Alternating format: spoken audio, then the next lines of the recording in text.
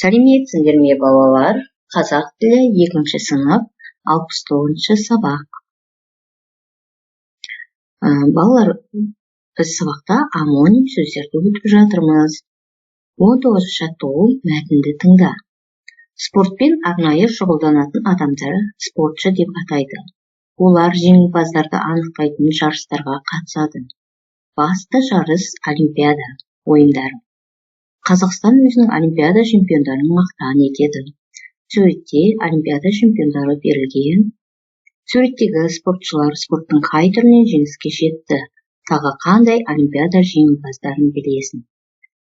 Бізде 19-ші жаттығуда суретте Серік Бекзат Саттарханов бокстан олимпиада чемпионы, Бақтияр Артаев бокстан олимпиада чемпионы, Ольга Шишигина жеңіл атлетикадан олимпиада чемпионы. Олимпиада чемпиондары Ольга Шишигина, Серік Сапиев, Бақыт Сәрсекбаев, тағы да көптеген олимпиада жеңімпаздары бар. 20-ші жаттығуда жадқа жазып, қаралыммен берілген сөздердің мағынасын түсіндір.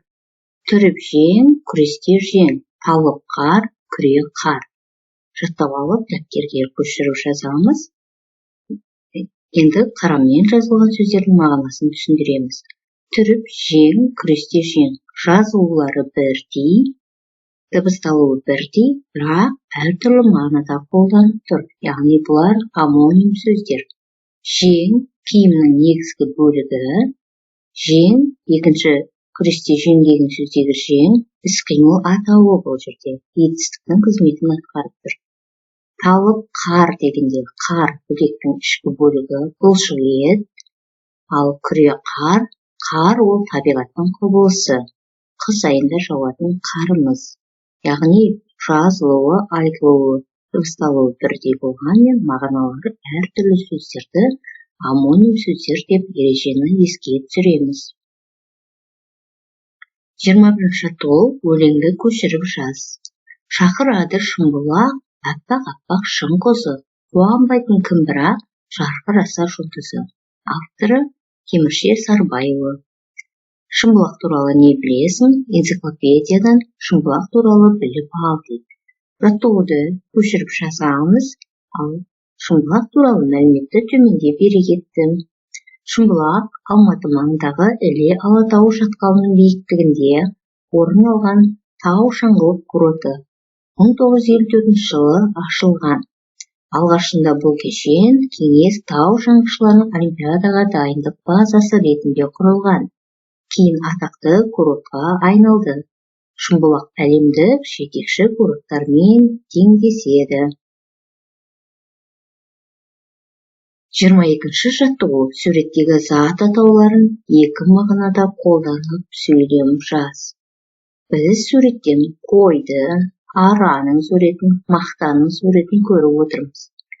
Амоним сөздерді жасауымыз керек. Яғни қой деген сөзге екі мағынада сөйлем құрауымыз керек.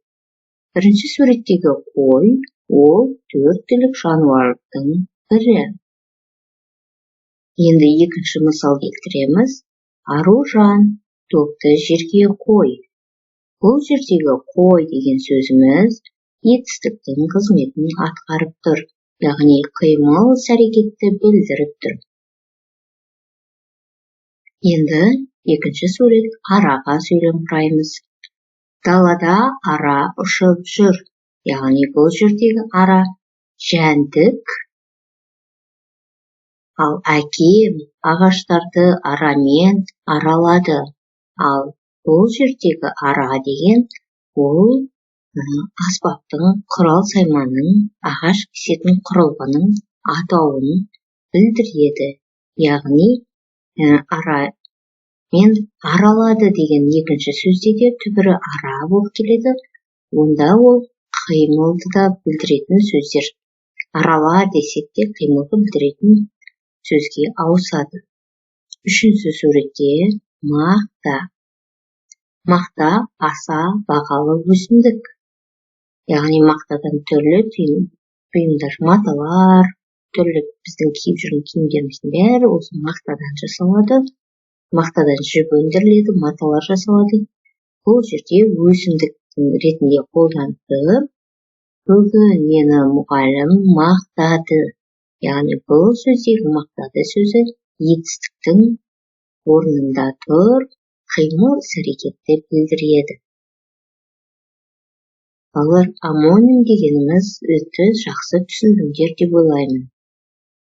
Достар, біздің арнамызға тіркелуді ұмытпаңдар. Лайк басып қойыңдар.